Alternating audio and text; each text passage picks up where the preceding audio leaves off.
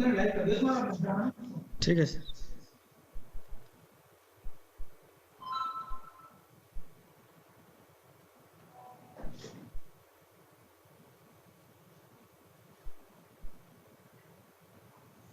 Dr. Vivek, are you ready with the video and all content? Dr. Vivek?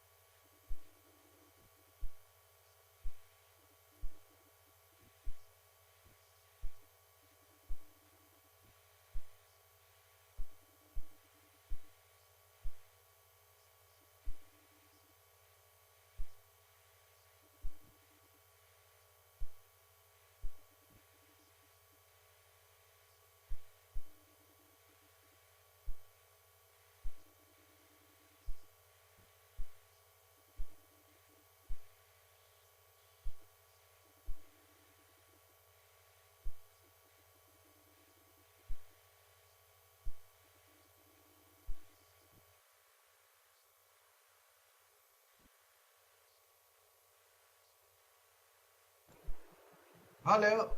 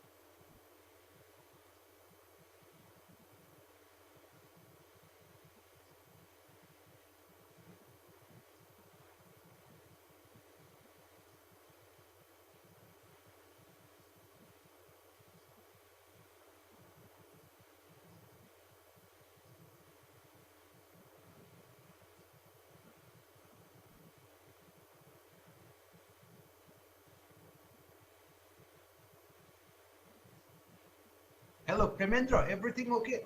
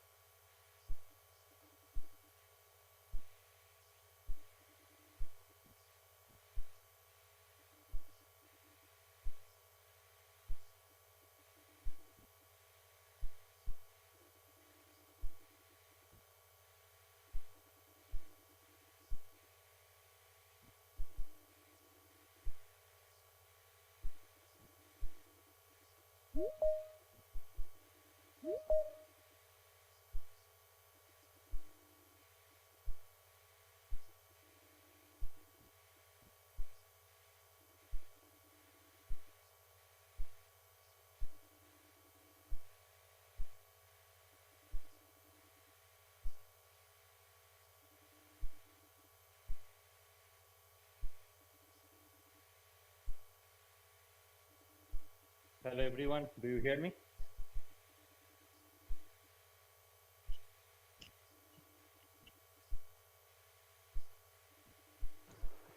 Yes, sir, I can hear you. Is my audio clear? Audio clear, very clear, sir. Very good. So in a minute or so, we will start. Yeah, that's fine. Let me get ready with my video.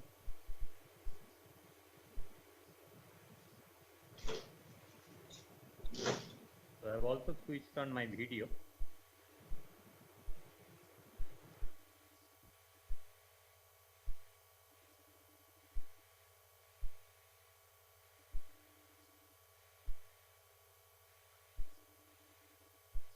Veji, enable your audio video. So not my video, sir, audio. I am ready. Enable your video, sir, otherwise you won't be coming to the frame. No, I don't want to come to the frame, sir. Sir, please come. Sir, video quality is very poor on my laptop. Okay. I am ready to start, sir, if you give a green signal.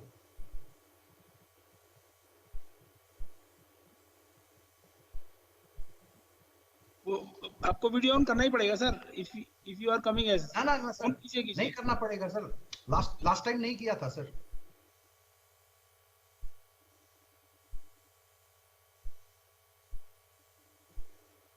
Sir वो frame में नहीं जा रहा 1 minute के लिए कीजिए बाद में करेंगे इसको देखिए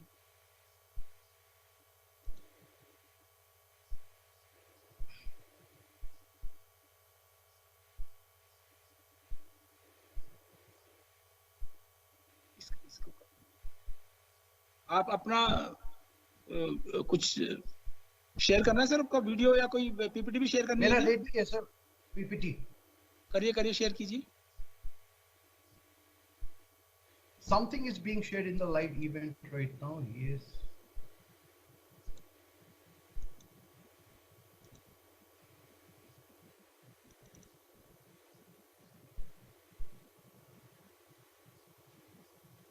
so this is it I am ready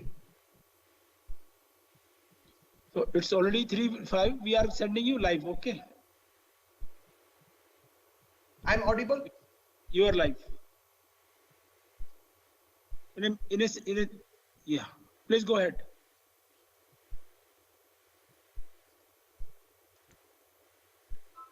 good afternoon ladies and gentlemen we are back with another webinar and this time we have somebody from the industry with more than 2 decades of experience Mr. Indrajit Sanyal. And the topic for today is flourish or perish. How will you ride the technology changes? We've had more than 500 registrations. And we are also coming live on Facebook for those who could not register. The schedule. First, we have the SMIT video, followed by an introductory video of 5G, followed by the introduction of the speaker and the talk, to be followed by questions and answers. Ladies and gentlemen, a short video of SMIT for you all.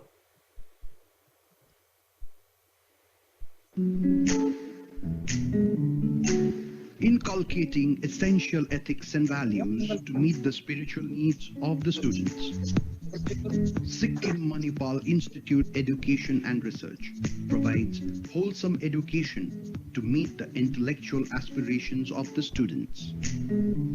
SMIT has a sound institutional environment nurturing emotional strength, healthy mind-body, and resilience amongst the students. Our mission is to develop SMIT into an institution of excellence, capable of producing competent techno-managers who can contribute effectively to the advancement of the society.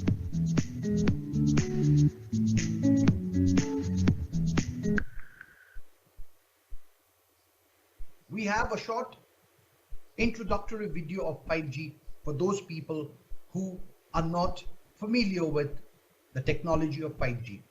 Have a look.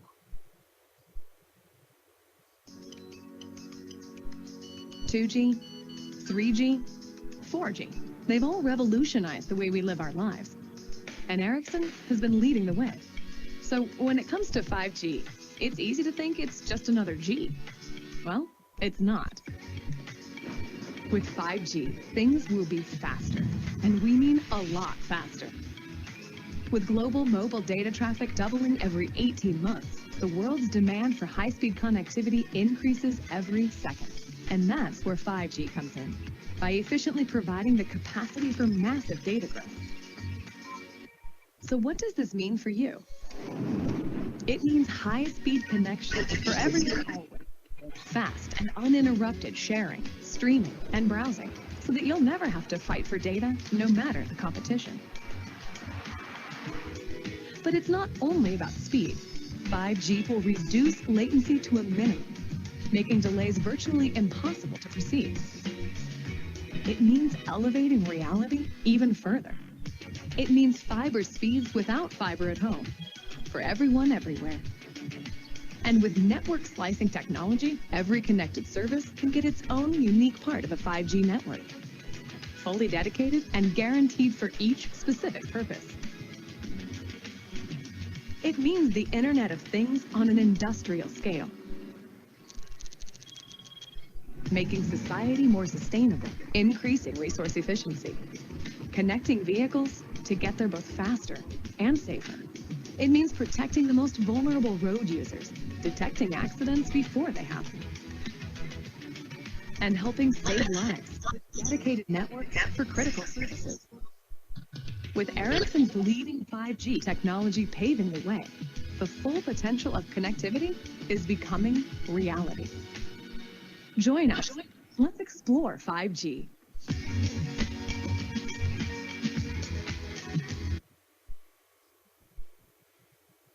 Now the speaker, Mr. Indrajit Sanyal, who is currently the head of service delivery, unit cloud and NFV infrastructure, business unit digital services at Ericsson. Mr. Indrajit graduated from IIT Kharagpur in 1992. He joined Ericsson in 2011. Before Ericsson, he had successful career in Tech Mahindra, Ushacom, and SR. He has 26 years of diverse experience in ICT industries. He is also a member of the Digital Services 5G program and responsible for service readiness. Mr. Indrajit also champions Ericsson's industry academia collaboration with various universities. He is a member of the IT Committee of Bengal Chamber of Commerce and Industry. Ladies and gentlemen, it's my honor to present before you the speaker for today, Mr. Indrajit Sanyal. It's over to you, sir. Thank you, Professor Dibet. And very good afternoon, all the students, professors, my colleagues who are on this call. And it's I really thank Sikkim Manipal Institute of Technology for arranging this session. It's a very much welcome break within this lockdown period. And yes, I'm missing the face-to-face connect. I'm missing the hospitality of SMIT, but it's always great to talk to the students. So if we look around, what we see that there is a lot of technology change happening all around us, and it's happening very rapidly. And any industry we see, there is a lot of innovations, and every change when happens, it brings in opportunity as well as it brings in risk. If we look into history, we'll see many companies, big companies, got perished. For example, Kodak Film, they were the best. The film itself has ran out of business. The Swiss watch, the electronic watch industry killed that. At the same time, there are many industries like Ericsson and many more, IBM, Wipro, and hundreds of them. They somehow anticipated the change, followed the change, and successfully evolved themselves. And then there is another category of companies which are evolving into the new technology, like Tesla cars or like Facebook and all the new things we are seeing today. So it is very important for all of us to understand what are the technology changes happening all around us and then prepare ourselves ready for that. And that's the context of my presentation.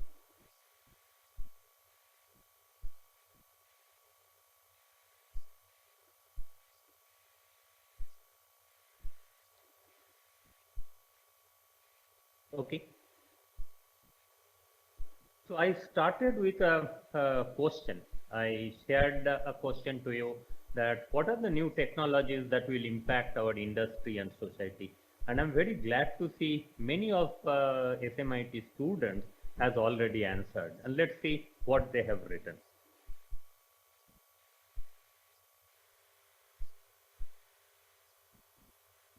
Excellent. 126 people had answered, and I'm really impressed. If you see the big font, the larger the font is, that means that many people have mentioned that. And at a glance, I see artificial intelligence, machine learning, 5G, IoT, cloud computing, robotics, automation. There are on the screen, and which is very rightfully so, that these are the very important trends that are happening. But if we read even some of the small prints, like someone mentioned 3D printing, which is, yes, a very important technology change. Someone mentioned AR, VR, virtual reality is also mentioned, blockchain. So these are all the technology in front of us, and let's see how do we handle that. Now, if we go back and see how do we see from Ericsson's point of view, that what are the key technologies or key opportunities coming in front of us, and how do we plan to handle it?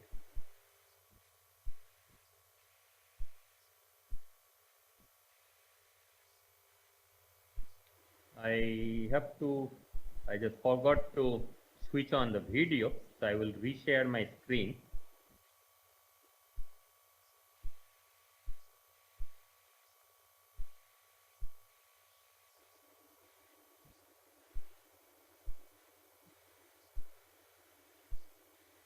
We have connected billions of people. We have laid the foundation for innovation and growth, and we have brought it everywhere. But this time, it's different.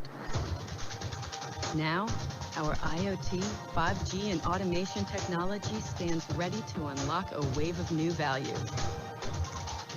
We're talking operating rooms connected across oceans, trucks communicating to increase efficiency, and factory floors going fully digital. We'll see waste reduced, accidents dramatically decrease, and remarkable new business models come to life. But we're getting ahead of ourselves. To make this a reality, we're on a quest. To make technology easy to use, adopt, and scale. To build an ecosystem together with our customers where change is easy, where standards are global, and where the full value of connectivity can be realized faster than ever. Getting to easy won't be easy, but we're determined to lead the way, to move fast, to knock down barriers, and to cut through complexity.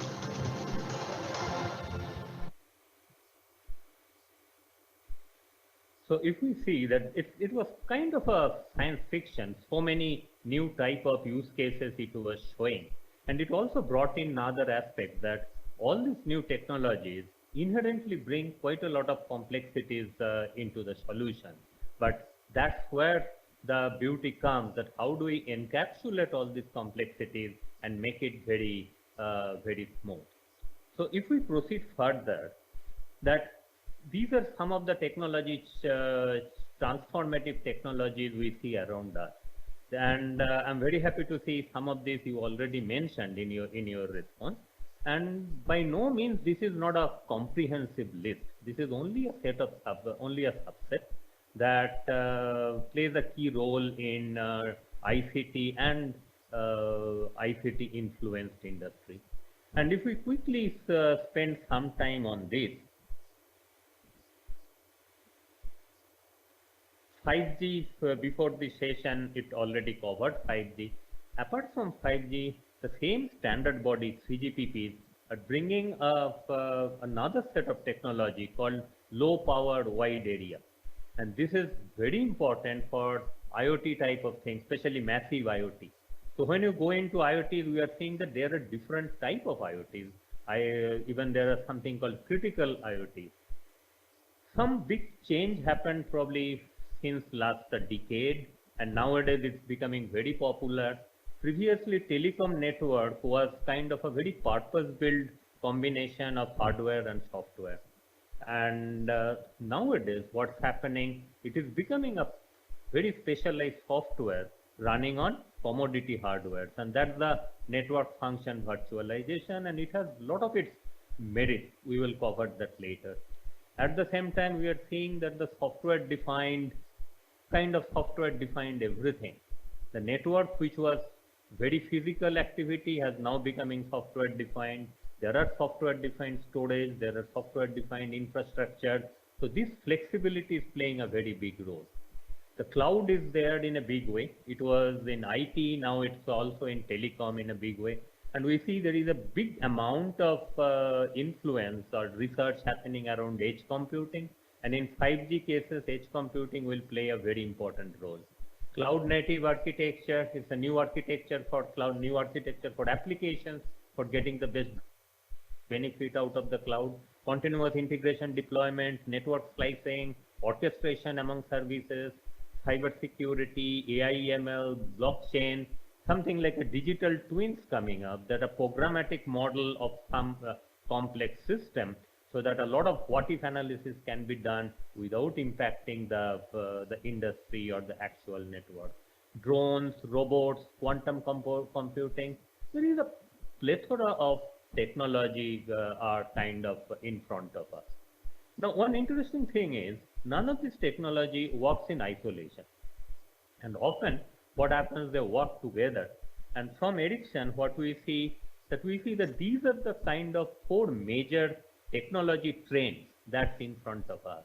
And through this technology trend, the network, which used to be kind of just a backbone connectivity, is evolving into a platform for innovation. So the four trends we see: the ubiquitous radio access, distributed compute and storage, zero-touch network, and security assurance.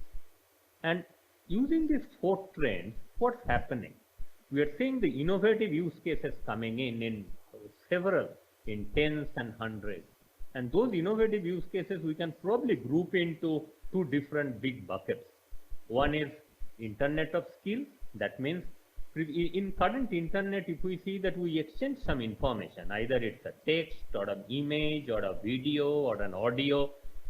But nowadays with 5G, through internet, we can send haptic signals.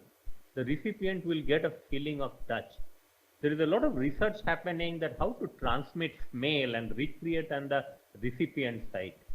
There are research happening that how to take signals from outside from human head and then kind of recreate, so that people through their thought does something. So there is a lot of things happening, and the whole internet is now evolving into an internet of skills, internet of feelings, senses, etc. The other change what we see is cyber physical systems. that robots and humans are working together. Because in some cases, things becoming so complex that alone cannot do, and they are now becoming even more smarter that how to work together with humans.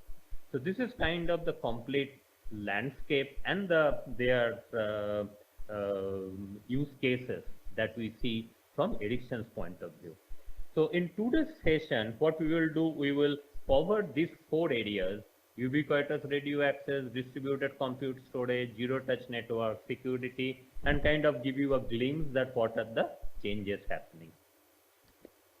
So let's start with ubiquitous radio access. And as I said that yes, this technology doesn't work in isolation. You will see that not only the radio part, which are either 5G or low powered wide area, there are the core part of the network slicing,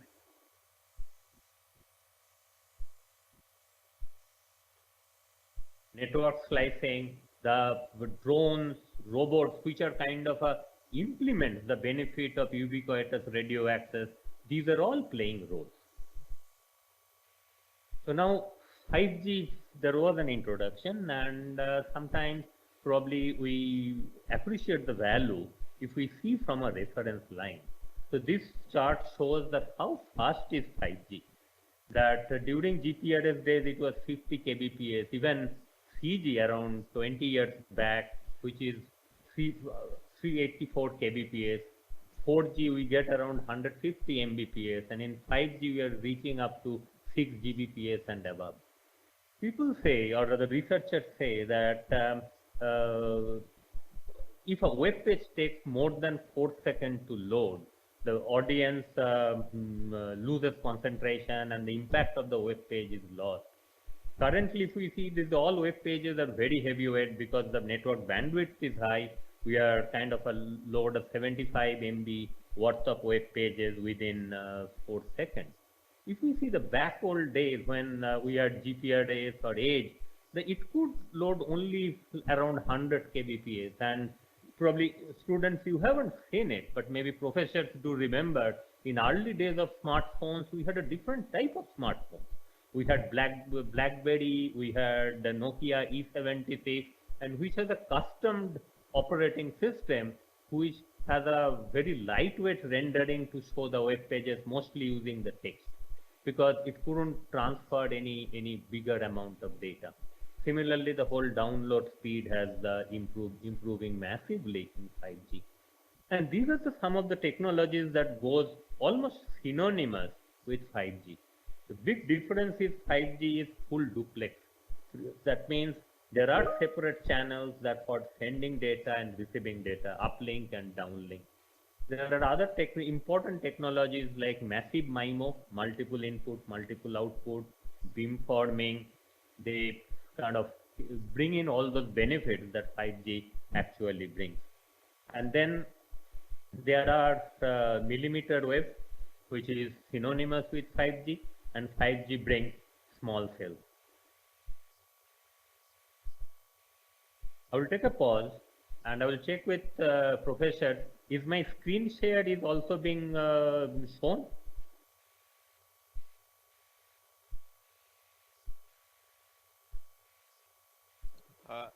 Rajit here. We cannot see your screen. I think you need to share once more. That's what I kind of anticipated. Probably I'll pitch in if the Yeah. screen is not visible. Yeah, Yeah, it's that's- back. It's back? Okay, Yeah, now we can see. very good.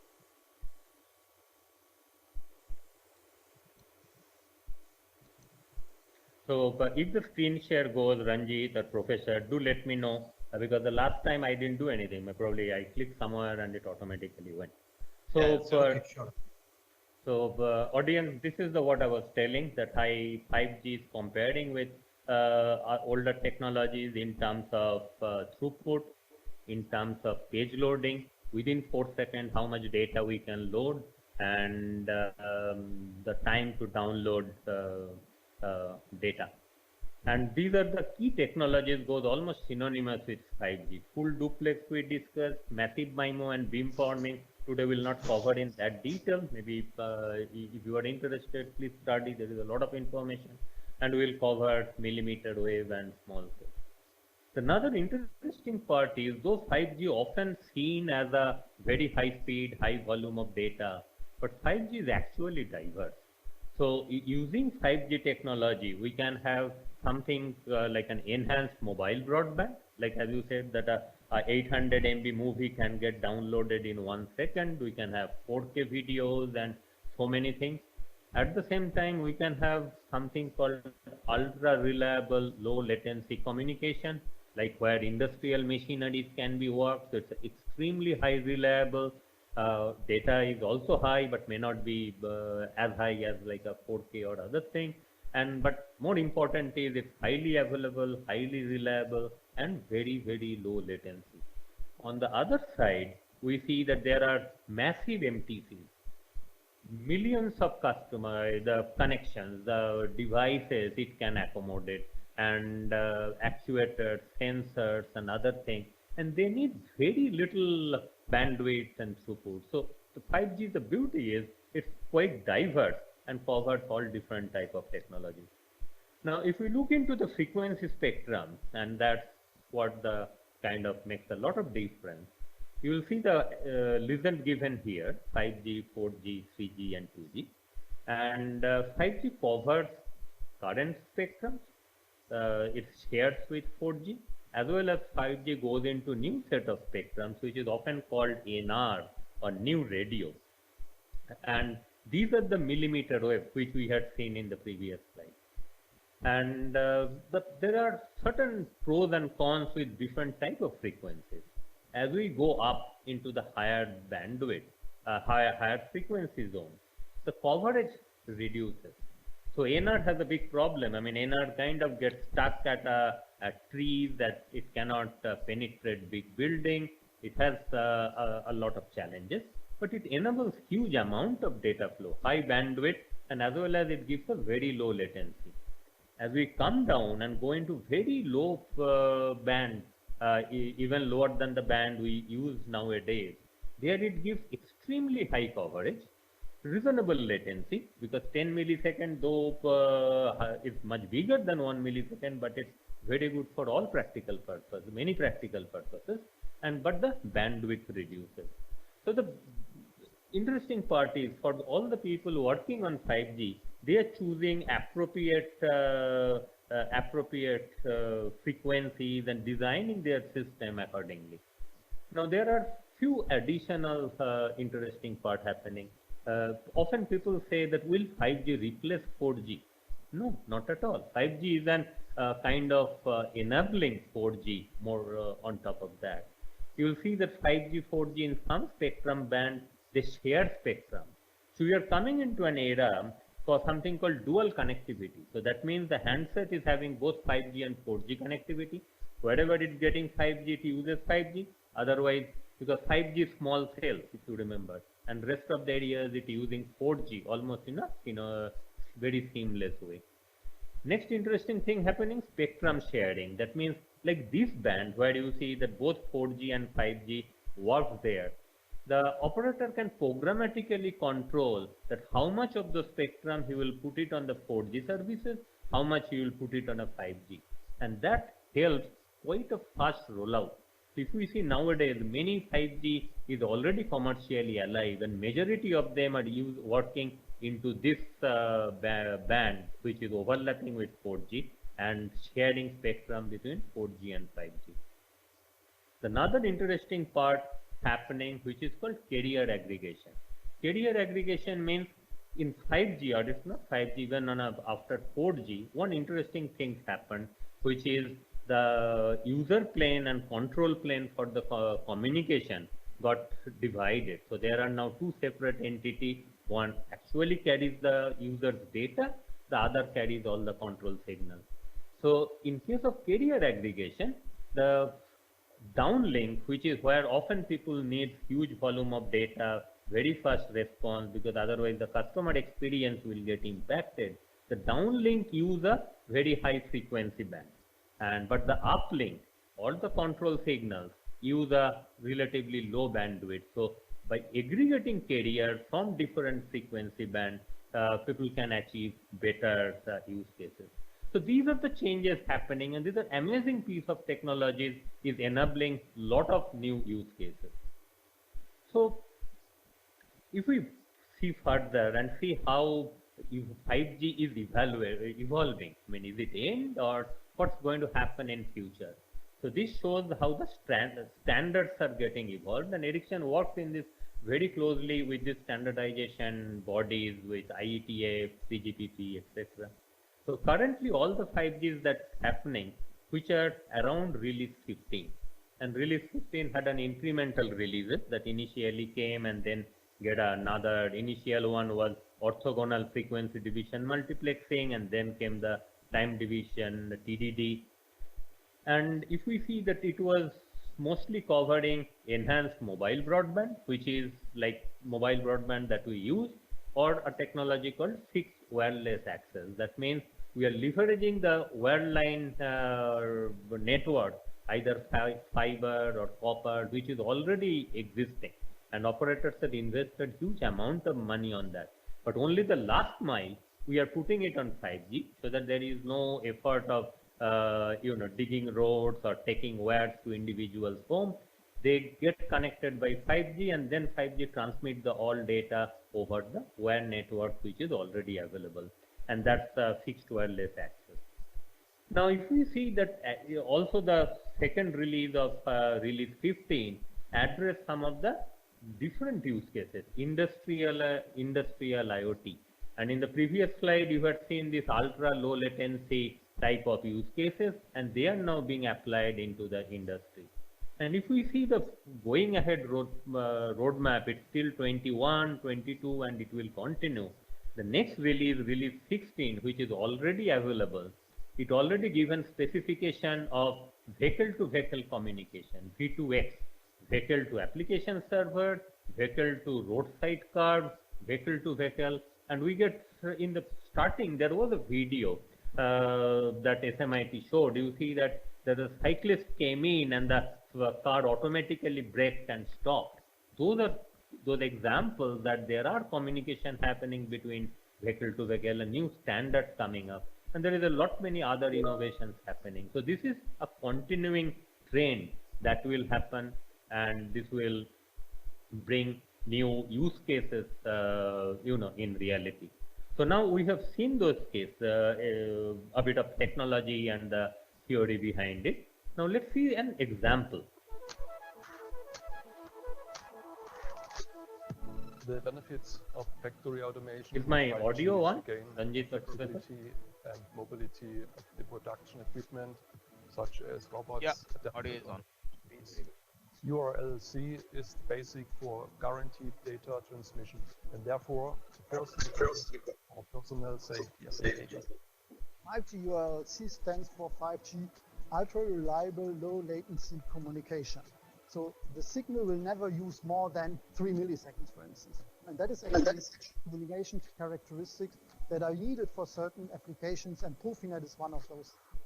Our goal with this URLC project was to showcase that we can run our regular automation in the factory with the wireless communication. And we need a determinism which up to now Wi-Fi standards cannot provide. But we are showing an example here that to transport safety protocols, the underlying mechanisms need to be very stable and reliable. And that is what 5G URLC brings. The demo shows a robot cell that is connected via 5G. And then we have a laser curtain that protects one side of the cell, so that if someone reaches into the robot cell, then the robot stops, so that no one can get hurt. And the laser curtain uses ProfiSelf as a protocol to secure functional safety of an application. In factory automation, having to synchronize all the machines, the robot equipment together with the PLCs, we need deterministic low latency communication. And up to now, this was only doable through wired networks. But if we want to be more flexible in the future, we need to omit those cables and we need to come to a wireless communication. This is something that in the end will then benefit the entire world that is working in production, because they will be able to use a 5G network to drive their operations.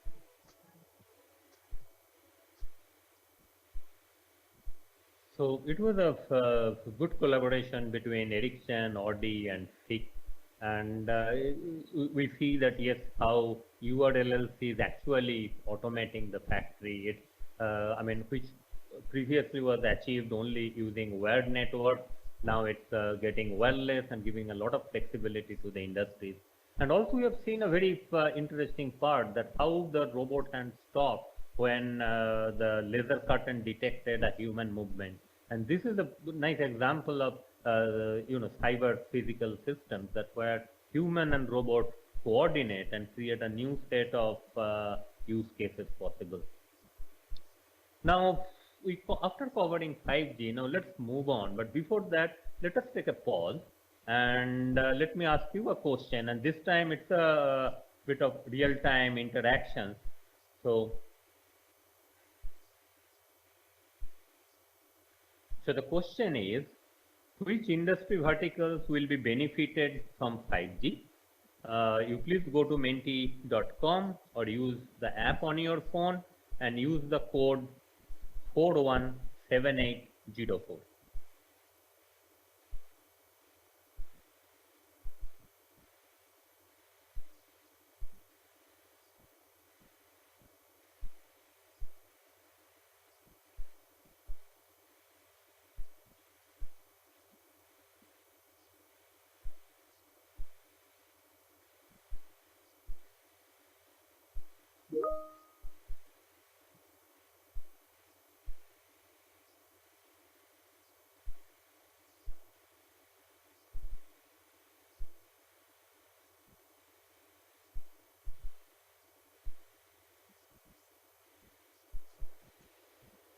So can you just repeat the code once again? The code is 417804. 04. Yeah.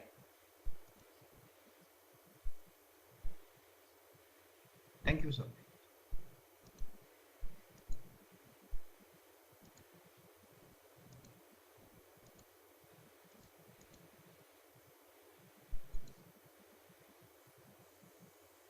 So, Professor, do you see only the left interact slide, or you see something, the colored bar chart coming up?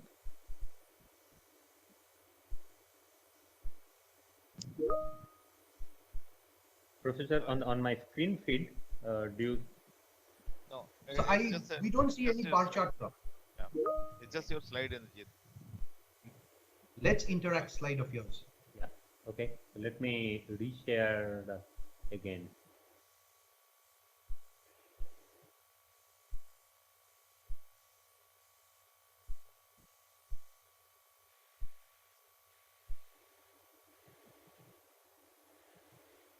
Do you? I have reshared my screen. Yes, yes. Do you see the industry vertical? Yeah, Okay. Yes, sir. Now we can see. Yes.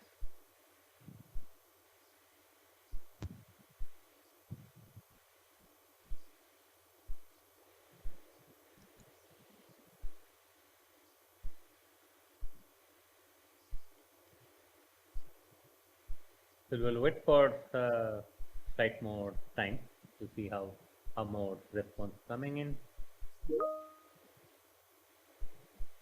But one thing coming that it has a pretty well equi-distributed part among the multiple industries, and almost like each of them are getting a equal pie. So if I summarize, the audience feels that yes, 5G will kind of impact all the industries equally.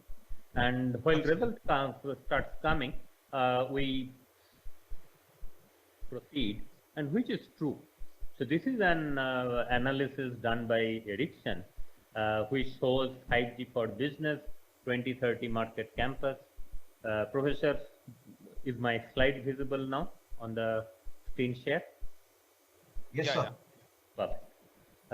So we see that on the left hand side that these are the different kind of use cases or enablers: enhanced video, real-time automations, connected vehicle, monitoring, tracking, and so many, and like something like a smart surveillance, augmented reality.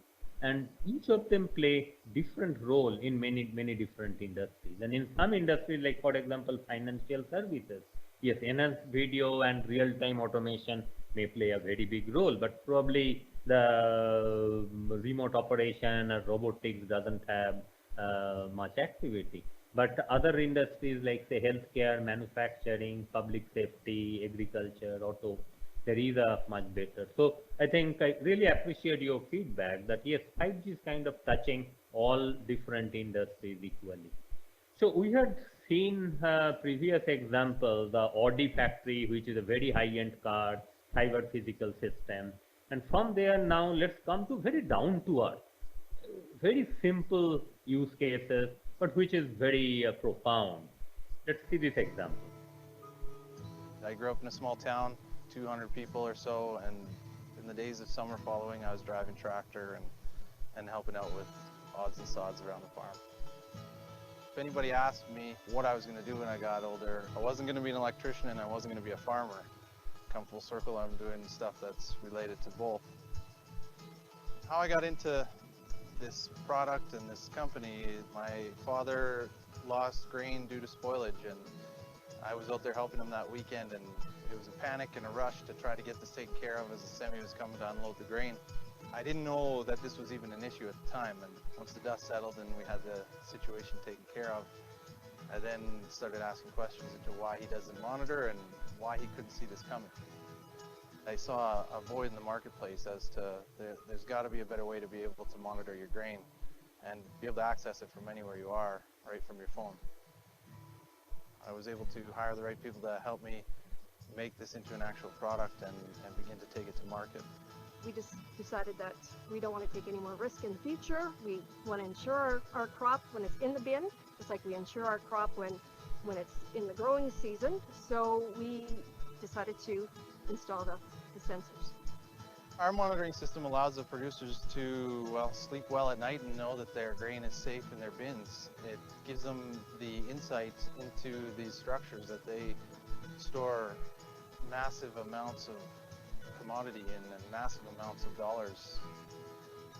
Being able to monitor and access my bin data or information anywhere within the province of Saskatchewan, or on holidays taking my cell phone anywhere I go with SaskTel Network, has allowed me to safely monitor and manage my bin levels and temperatures and protect the investment that we have made throughout the year. So 5G is not only for high data or high throughput robotics, it's also for some very down to earth use cases and very important use cases, because if you see research from US showed that there are as high as some years 60% of the grain goes for waste. So if the sensors can bring in automation and they are just monitoring the grains, health of the grains within the storage, and this can be extended to many type of different sensors that check soil quality and many other things. It can make an agricultural revolution as well. So that's the part. So that's why if you see the triangle we had seen in earlier slides, that from one extreme where we had ultra reliable low latency communication to the other extreme of massive IoT, we are covering with 5G. Now this is also getting reflected into the standards. So out here you will see those all standard releases. I mentioned release 15 where the most of the trials are currently running. Release 15 is already released, and then 17th will come. So it not only specifies the 5G NR, which is new radio, the high end of it, it also specifies the this massive IoT type of radio protocols, and which are kind of narrowband IoT, LTE for machines, etc. And these are not 5G specific. I mean, these are actually 4G technologies. But as I said, that 5G is nothing separate. It's a very seamlessly working with 4G and leveraging each other to get the best benefit. So now there are so many technologies, and which technology to use for what type of use cases.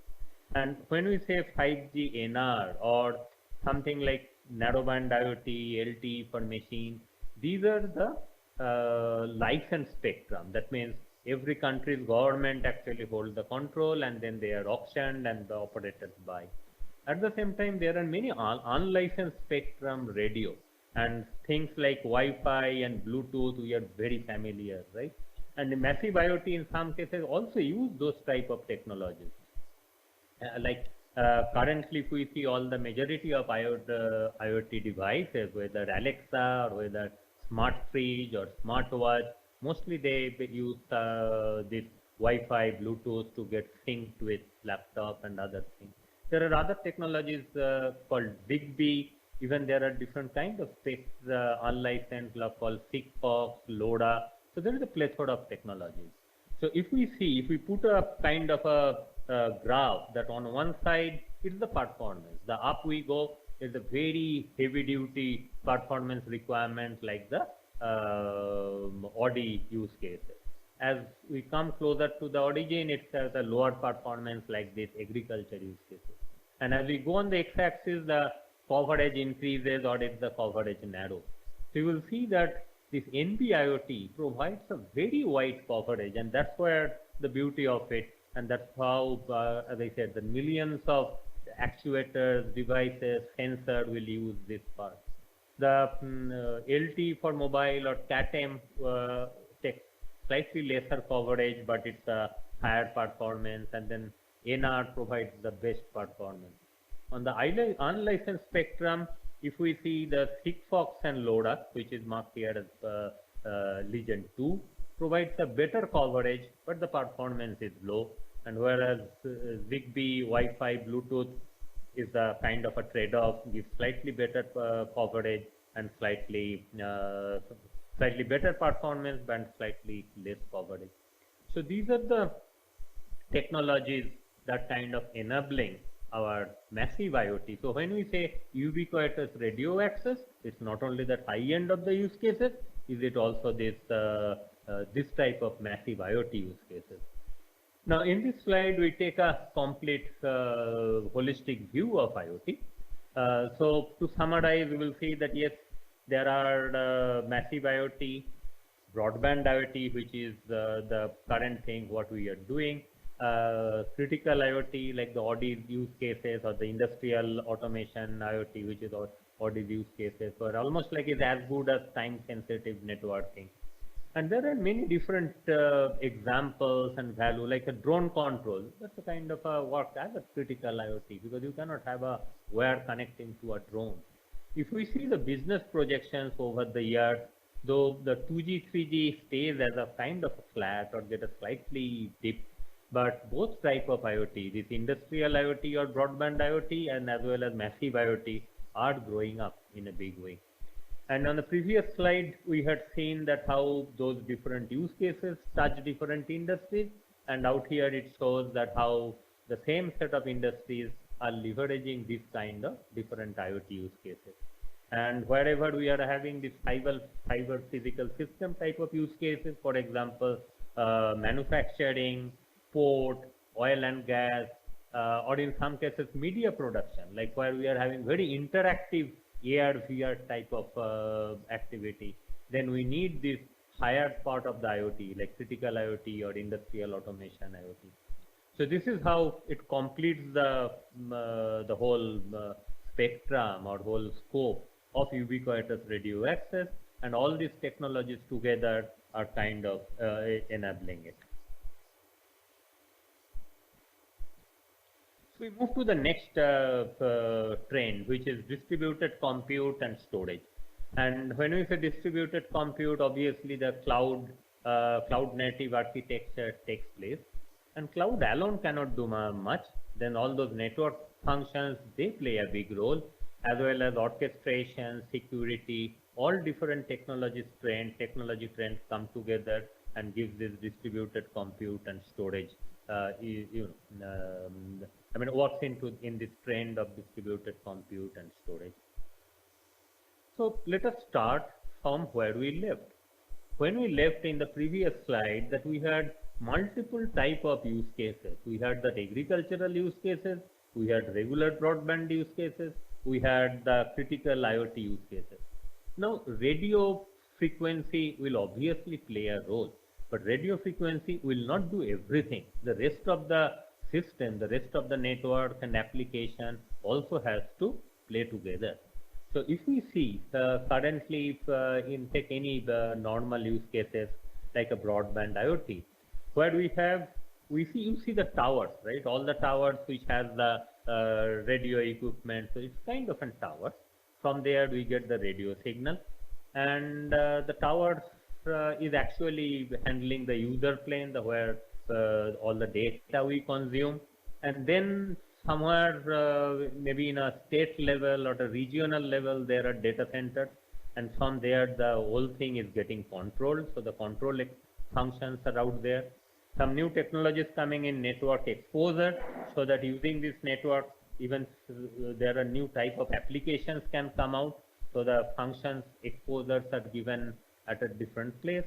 And then very remote, like a subscriber authentication, data management, it's centrally maybe at one location in a country, or it's mirrored in a geo-redundancy setup, multi-location in a country, because there are very little interactions.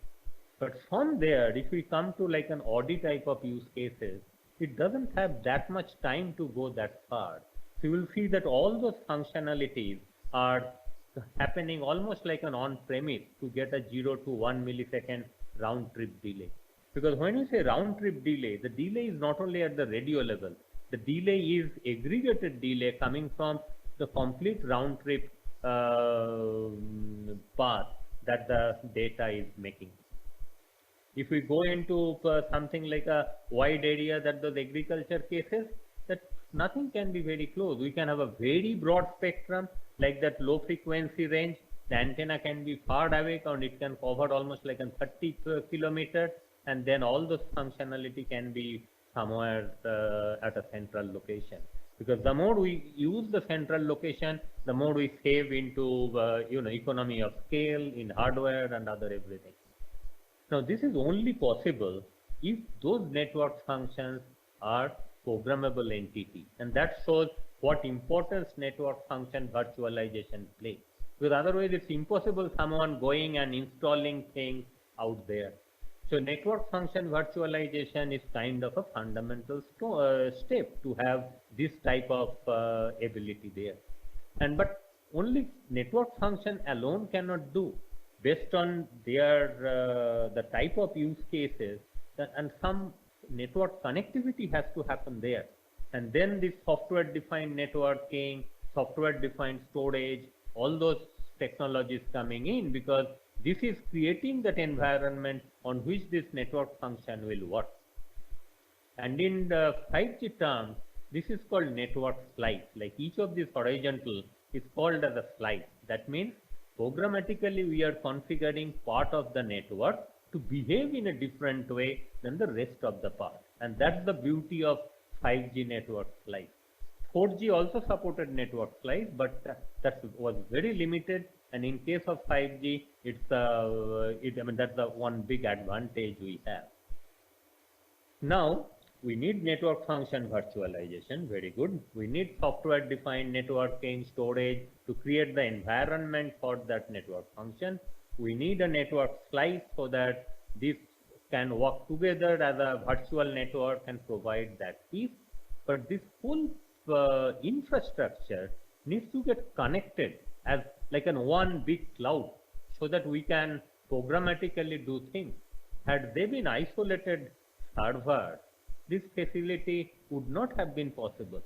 And that's bringing in distributed cloud, that whole cloud, which previously was kind of in a big data center centrally there, is now becoming distributed. It's obviously in the central data center. Is it as well as into some local offices? And in some cases, it's up to the users or that industries on premise. Together, it works as a distributed cloud. Now, that's the advantage we are getting, and then through programmatically we can change and configure how those network slice will behave and what type of use cases this will happen. Now, while we are doing this, there is another change happening, which is called cloud native architecture, which was also popular, it became very popular in IT scenario. Now it's also coming in telecom. That so previously, if you see, those application used to be very large, a large monolithic application, rock solid, does certain activity. Then we come into object-oriented programming, whether you do it in C++, Java, or something, you see that yes, we are getting pretty functional classes. Each class and object does some activity, and that's their behavior. Then we come into a service-oriented architecture, that where through scripting, through some technologies, we expose a catalog of services. There are application consumes those services. That's happening. Now we are coming into an era which is microservices architecture. That means extremely granular functionality we are exposing as a microservice. The advantage is that if things are in granular, then one microservice can consume another microservice and provide certain behavior. Everybody doesn't have to build the whole thing. And the other advantage is, if there is a change, we don't need to upgrade this whole thing. We just update that whatever needs to be changed. It's just like a Lego block joining together. So that's giving a very big advantage. And now if we see in 5G context, almost all the technology providers or even operators, though 5G doesn't have directly anything to do in microservice architecture or cloud native, 5G as well will run on as a network function or run on cloud, run on virtualized platform in a cloud. So, but everybody wants to adopting this microservice architecture or cloud native architecture, getting the benefit. So when we say cloud native, what are the basic design principles we should know?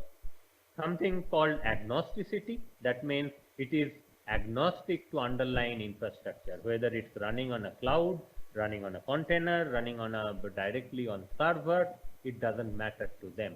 The container provides that encapsulation.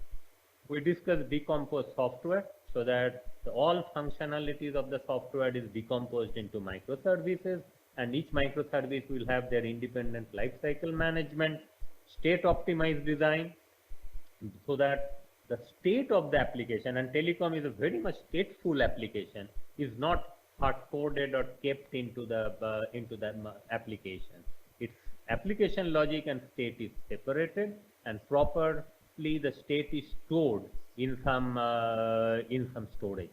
The advantage is, the moment we segregate application logic and state, then the application logic, if it dies, doesn't matter. We can again spawn off another one, and it can continue from there very well. And that brings us to application resiliency. That previously, all telecom was a very purpose-built, rock solid infrastructure, software plus hardware, working, tested. It was also, like we used to call, like a telecom grade reliability. It became a phrase. So that's kind of a pet, right? You have limited number of pet, and you take care of them and ensure that the pet doesn't get sick. But when in case of cattle, there are thousands of cattle roaming. If few die, it doesn't matter. Few else will come up, and the cattle group of cattle will continue. So that's this architecture, that we have segregated application logic and state, and if some microservices die, another one automatically gets spawned out.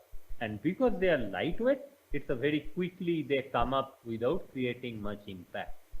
And finally, because everything, if we make granular and very segregated, it becomes very difficult in managing them. And there, this orchestration and automation play a very big role. So let's look into some deployment specific part. So as I said, the telecom network is moving into virtualized scenario. Virtual network function virtualization. What happens? Like there are hardware. On top of hardware, it's coming virtual machine, which often is called infrastructure as a service. And then on top of that, gateways, and then application logic coming, and it's providing one virtual network function. And multiple network functions can be hosted on this hardware. When this cloud native coming, the natural evolution is people are deploying it, this Kubernetes container and Docker on top of this infrastructure as a service. And the advantage is, if we see in compare, the guest OS is no more needed. So as an advantage, what we are getting, the overhead of an operating system is reduced, and that's why these cloud native things are very fast, lightweight, but at the same time we are getting the benefit infrastructure as a service providing, like a tenant segregation and all other different benefits. And from this point, we are eventually also moving it. Like if we see at this moment, some of the telecom operators are also deploying 5G in this way, that they're removing this infrastructure as a service altogether. The containers are directly coming on hardware, and on top of that, there are cloud native applications coming. So when we see this distributed cloud architecture, and as you go into your professional life, you have to consider all these different activity in designing your system, that which part of the application you will put, because all of this combination will coexist together. Based on the functionality needed, they will go, because operator will not change his existing setup overnight and reinvest on a new architecture together. So this is how the distributed cloud shaping up. And though logically it shows that it's like a one platform and hardware, it's actually segregated, as I said in previous slide, right from a central data center to regional data center to end user premises. To summarize this whole thing in an architectural diagram, that yes, we are having infrastructure and this can cross multiple clouds. On top of that, there can be infrastructure as a service or container as a service. One, it can be directly on top of infrastructure, or one over other, or directly on bare metal. And then there are network functionality, either in a virtualized form or a container driven form, and that providing network services. And how this complexity getting handled? How is the quest for easy achieved? By putting this, you will see on the right hand side, the complete managerial layer, all the automation and logic is out there, and there are at different levels, because automation will come at infrastructure as a service, automation will come for containers, VNF and everything. And on top of that, there is orchestration layer, that which is taking the big use cases and then instructing that which all functionality has to come where, how this network slice will happen, and what will be the configuration, the whole orchestration happens. So this is how you see that we are achieving all different type of innovative use cases, leveraging multiple technologies and achieving distributed compute and storage, and obviously applications running on top of that.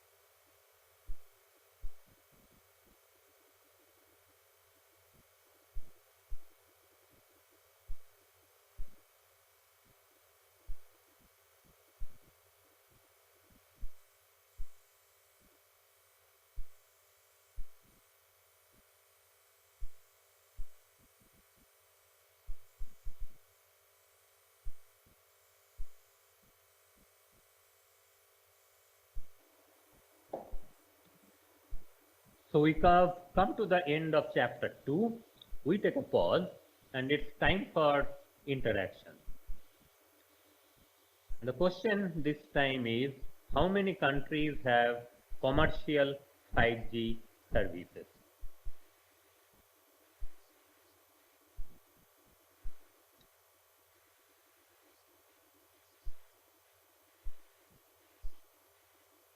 Professor, do you see the Mentimeter screen in my screen share? Yes, sir. Thank you.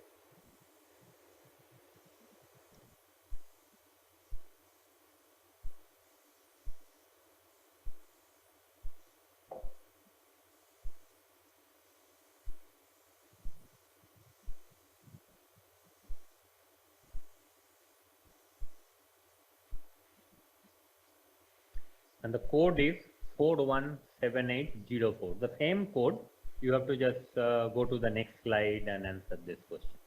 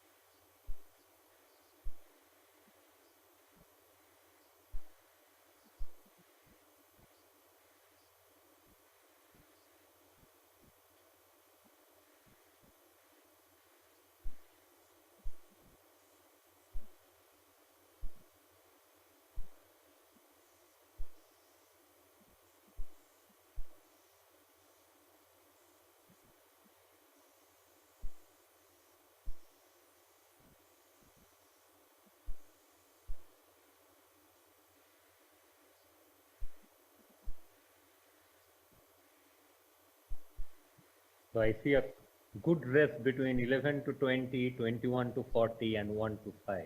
Interesting.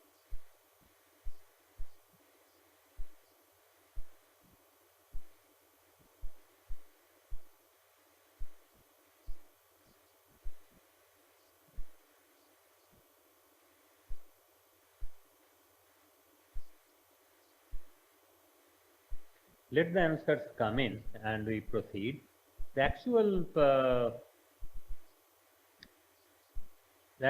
answer is 41 to 60.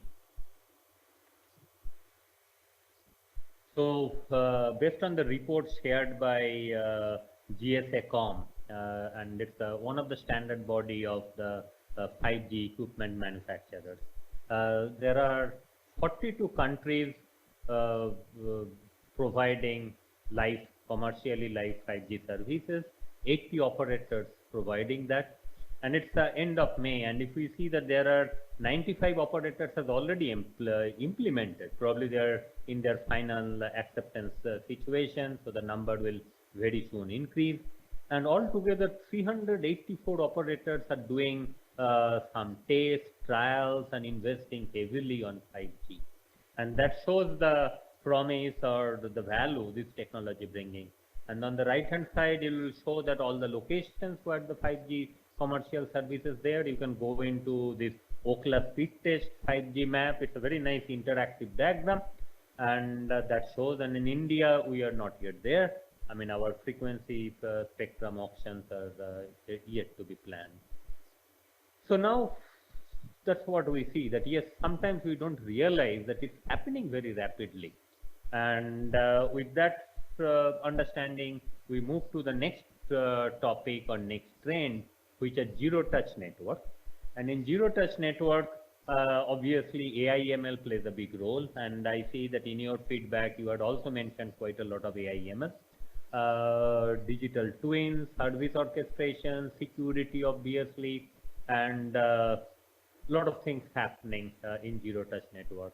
Let's see what happens there. So if we see AI, and yes, it's a very, very happening thing. But one major thing what experts say, they use a term called narrow AI. Means it's not as the big picture thing like, the self-driven car and all those type of cars. The narrow AI means it's a very focused application of AI technology and to get a business benefit. And if we see these examples there, they are not to solve a very large scale problem. They have a very specific purpose. And that's how this AI becoming very popular. And this is where a lot of result is shown. The other interesting part is that many of the technologies are common. So for example, in case of 5G, you remember that matrix, that one type of use cases can address multiple industries. Similarly, one type of AI technology can address multiple use cases. Let's take these two things, these two new planets discovered by AI and infrared vision using the cancer more accurately by scanning multiple of images. Both are image analysis and then inferring from image analysis application, but you see their end results are so diverse. So now when we go into AI, you will see that there are modular solutions, computer vision, natural language processing, sentiment analysis, recommendation, optimization. So there are, you can call it as a modular AI solution, and then every industry we have to see that what value this modular solution can provide.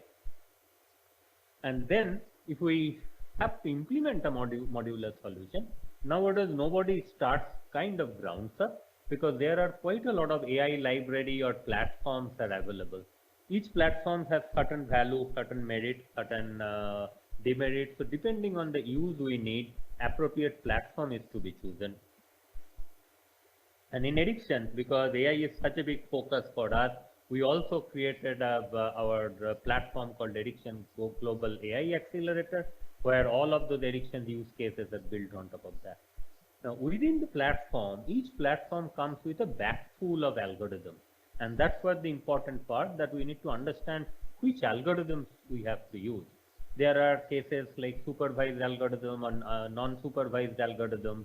There are predictions, anomaly detections, neural networks, reinforcement learning, which is a very popular algorithm, that where some action is taken, the result is kind of taken, the feedback is analyzed. If it is in the right direction, some reward is given so that it moves into that direction. If it is not, then it's a opposite of reward given, and then it takes a stake on another direction. So it's kind of just like we teach a little kid by giving them reward or by scolding them when they do something bad. It's this training called reinforcement learning. And if things has a time series, like a prediction or something, there are different algorithms on a time series, like a long and short-term memory, ARIMA, and all others. So the people working on AI has to understand all these algorithms, apply, understand their data, because sometimes too much of data is also a problem, and that's why we get something called dimensionality reduction, where people have to take a subset and get a better training. Now from here, we see a use case, how AI and zero touch is transforming the whole telecom industry. For a digital service provider, it's crucial to secure customer experience on an increasingly complex level. Artificial intelligence helps to manage the complexity and resolve problems proactively. We can collect massive amounts of data from the network and make it possible to capture relevant information about every user session in real time. But for large service providers, the number of dimensions of customer experience can go from millions to billions of data combinations. With automated insights operations, we can identify the most important dimensions to customer experience, thanks to our domain expertise in smart correlation. Using machine learning models, we can predict network issues, pinpoint the root cause, and recommend the next best action. The model continuously learns what is normal across millions of experience dimensions. The algorithm observes each unique data set combination and its separate timeline in a scalable way. The severity of each anomaly is rated automatically and presented in the interface. Most service providers today work with averages, but struggle to pinpoint the hidden experience issues which are brewing up in the network. For example, muted voice scenarios. In this case, we use machine learning to detect anomalies for muted voice. The chart shows how many users were impacted compared to what was expected, and how the problem was propagated over time. The root cause found was overshooting in these cells. The proposed action will be to optimize the cell configuration. With automated insights operations, combining domain experience with machine learning, service providers will be able to find anomalies and confirm root causes in less than 5 minutes instead of hours. We have put to use AI and machine learning techniques which drastically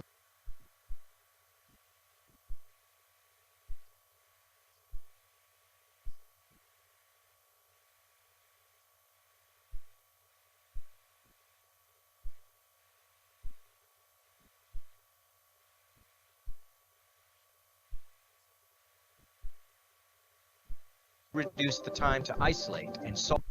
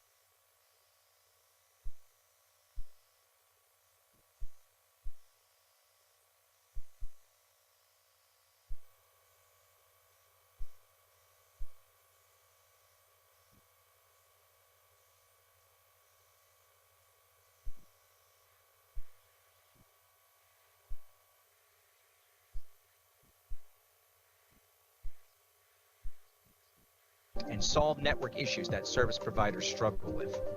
Automated insights operations. Secure, good customer experience in real time.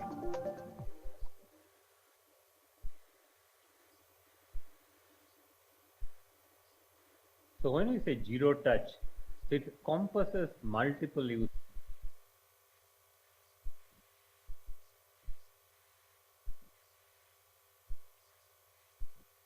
cases. Yes, zero touch service automation. It explains that enhancing customer experience, and we also see the AI-based technologies on the radio side as well, so that it automatically the network element takes the best configuration. It's a self-optimized tool. So there is a lot of potential of this artificial intelligence into this technology, and this is one very important change, technology change that we should watch and we should follow and get the best out of it. Now if you follow this one, this example, what it said that yes, it's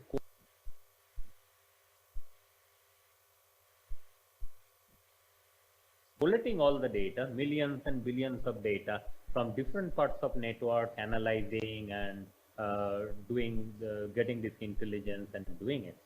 Now let's make matter a bit complex, because with 5G or recent trend, there was another trend is edge computing, and I remember some of you have also mentioned into the technology trend. Now in case of edge computing, how things happen? So AI at edge is one of a very hot topic now, and there is a lot of research and other activity happening. So let's understand the edge. We discussed distributed cloud infrastructure. On top of that, there are connectivity, and then the execution environment.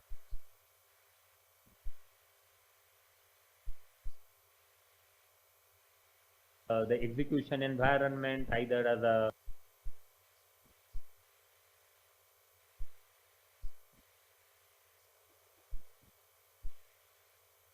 container or as a virtualized platform. We discuss management and orchestration, and then these services are exposed, and then there are different third-party applications are built, special purpose application working. The third-party application can work at the server level, as well as it, depending on the use cases, it works on the edge very close to the user's premises. Now, if we have to apply AI at edge, then the complexity begins. Because if all my intelligence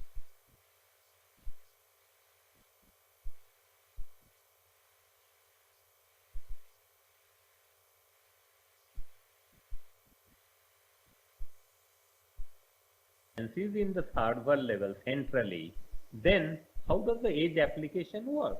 If edge has to go all the way to the server and get this understanding